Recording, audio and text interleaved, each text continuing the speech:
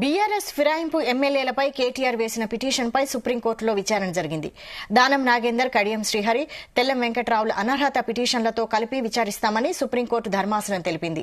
7 ఎమ్మెల్యేలపై అనర్హత వేటు వేయాలన్న పిటిషన్లను ప్రతివాదులైన తెలంగాణ స్పీకర్ తరపు న్యాయవాది ముకుల్ రోహత్గీకి అందజేయాలని ఆదేశించింది. తదుపరి విచారణ ఫిబ్రవరి 10కి వాయిదా వేసింది. Justice BR Gavai, justice Vinod చంద్రన్ల ధర్మాసనం అనర్హత పిటిషన్లపై నిర్ణయానికి తగిన సమయం అంటే ఎంతో చెప్పాలని గత విచారణలో స్పీకర్ను కోరింది సుప్రీంకోర్టు.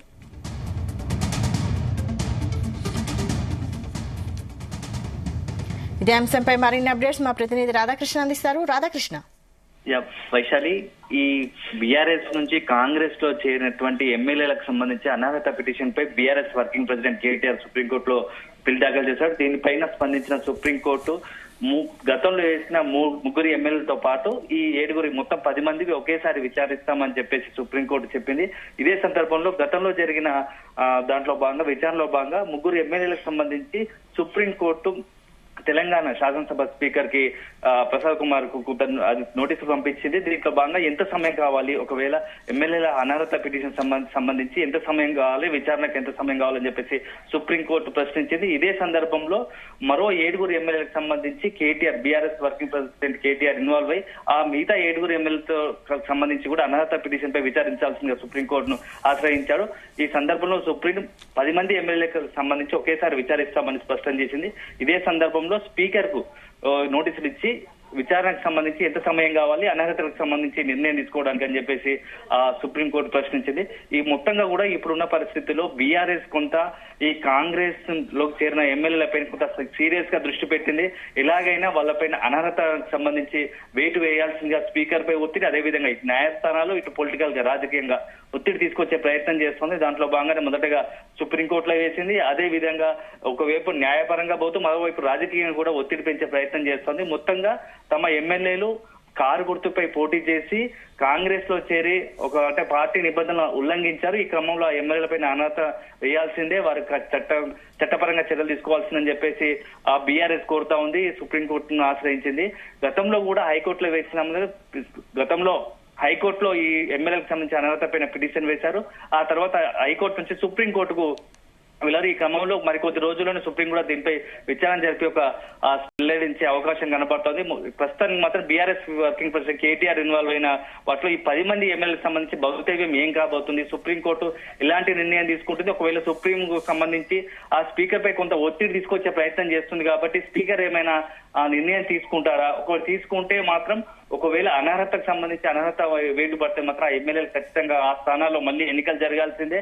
ఆ బీఆర్ఎస్ కూడా కోరుకుంటున్నది ఆయా స్థానాల్లో 10 స్థానాల్లో ఉప ఎన్నికలు రావాలి. మళ్ళీ ఎన్నికలు వస్తే బీఆర్ఎస్ నిలబడి కాంగ్రెస్ కు తమ రుచి ఎందుకు చూపిస్తాము, ప్రతిపక్షంగా ఉన్నటువంటి బీఆర్ఎస్ తమ బలాన్ని పెంచుకునే ప్రయత్నం చేస్తా ఉంది అని చెప్పేసి బీఆర్ఎస్ వర్గాలు చెప్తున్నాయి. మరోవైపు కాంగ్రెస్ మాత్రం గతంలో జరిగిన విచారణ ఆధారంగానే గతంలో అనేక మంది ఎమ్మెల్యేలు బీఆర్ఎస్ సంబంధించి కావచ్చు, అదే కాంగ్రెస్ సంబంధించి ఇతర పార్టీలకు సంబంధించి ఎమ్మెల్యేలు అధికార పార్టీకి పోతున్నారు.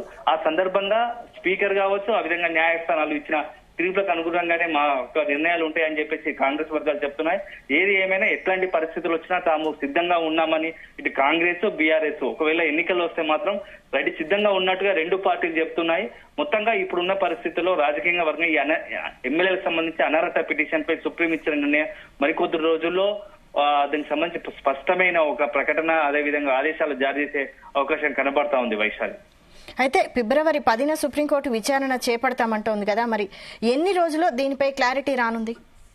సుప్రీంకోర్టుకు సంబంధించి ఇప్పటికే గతంలో ఉన్న గత వివిధ రాష్ట్రాల్లో జరిగిన కావచ్చు, గత వివిధ సందర్భాల్లో జరిగిన ఎమ్మెల్యేలకు సంబంధించిన అనర్హత పిటిషన్ పై ఎలాంటి నిర్ణయాలు వెల్లడించారు. అదేవిధంగా ఇప్పుడు ప్రతివాదులకు ఆల్రెడీ స్పీకర్ కు తగినంత సమయం కావాల్సింది. తగినంత సమయం అనేది ఎంత, గతంలో ఎలాంటి నిర్ణయాలు తీసుకున్నారు, ఒకవేళ 2 నెలల 3 నెలల లేకపోతే ఇంకెన్ని రోజులు, ఈ అనర్హత సంబంధించి ఒక్కొక్కరికి స్పీకర్ చెప్పేది ఏంటంటే ఒక్కొక్క ఎమ్మెల్యేలుగా ఇండివిజువల్ గా నేను వాళ్ళని విచారించాల్సి వస్తుంది, వారు ఎందుకు ఇలాంటి నిర్ణయం తీసుకున్నారు, తదుపరి తన నిర్ణయం ఉంటుందని చెప్పేసి అసలు ఇప్పటి వరకు స్పీకర్ నుంచి ఆయా ఎమ్మెల్యేలకు కొంత నోటీసులు వెళ్లాల్సి ఉంటుంది. తర్వాత వ్యక్తిగతంగా వారిని పిలిపించి మాట్లాడిన తర్వాత స్పీకర్ నిర్ణయం ప్రకటించారు. సో ఇదంతా కొంత కాలయాపన స్పష్టంగా కనబడుతుంది. ఒకవేళ సుప్రీం కనుక నిబంధన లోబడి కొంత నిర్దిష్ట సమయం పెట్టి ఈ లోపు నిర్ణయం తీసుకోవాలంటే మాత్రం అప్పుడు కొంత రాజకీయంగా కావచ్చు, కొంత ఆసక్తికరంగా మారుతుంది. స్పీకర్ ఇలాంటి నిర్ణయం తీసుకుంటాడు, స్పీకర్ కు విచక్షణ అధికారాలు ఉంటాయి. ఒకవేళ సుప్రీం సంబంధించి కొన్ని నిబంధనలు ఏంటంటే స్పీకర్ కు విచక్షణ అధికారులు ఉన్నప్పుడు ఈ రాజకీయంగా భాగంగా ఎమ్మెల్యేలకు సంబంధించి సుప్రీం కోర్టుకు ఎంతవరకు ఈ స్పీకర్ నిర్ణయాన్ని ఆదేశాలు జారీ చేసే అవకాశం ఉంది, స్పీకర్ నిర్ణయాన్ని తప్పుపట్టే అవకాశం ఉన్నది కొంత ఆలోచించాల్సి ఉంటుంది. మొత్తంగా కూడా మరికొద్ది వారం ఈ ఫిబ్రవరి 10న ఇలాంటి నిర్ణయం విచారణలో భాగంగా సుప్రీం ఎలాంటి ఆదేశాలు జారీ చేస్తా ఉంది. అదే సందర్భంలో నెక్స్ట్ బీఆర్ఎస్ కూడా ఏం చేయబోతోంది, ఒకవేళ బీఆర్ఎస్ కు అనుకూలంగా ప్రతికూలంగా వస్తే ఎలాంటి ఉంటుంది, అదే కాంగ్రెస్ కు అనుకూలంగా వస్తే ఎలాంటి ఉంటాయో రెండు పార్టీలు కూడా కొంత చర్చలు జరుపుతున్నారు. మొత్తానికైతే ఈ ఎమ్మెల్యేలకు సంబంధించి అనర్హత పిటిషన్ మాత్రం కొంత ఆసక్తికరంగా కలుగుతుంది. మరొక వారం రోజులు అంటే ఫిబ్రవరి 10కి సంబంధించి 10వ తేదీన సుప్రీం ఇచ్చే నిర్ణయం పైన సర్వత్రా ఆసక్తి నెలకొంది. వైశాలి.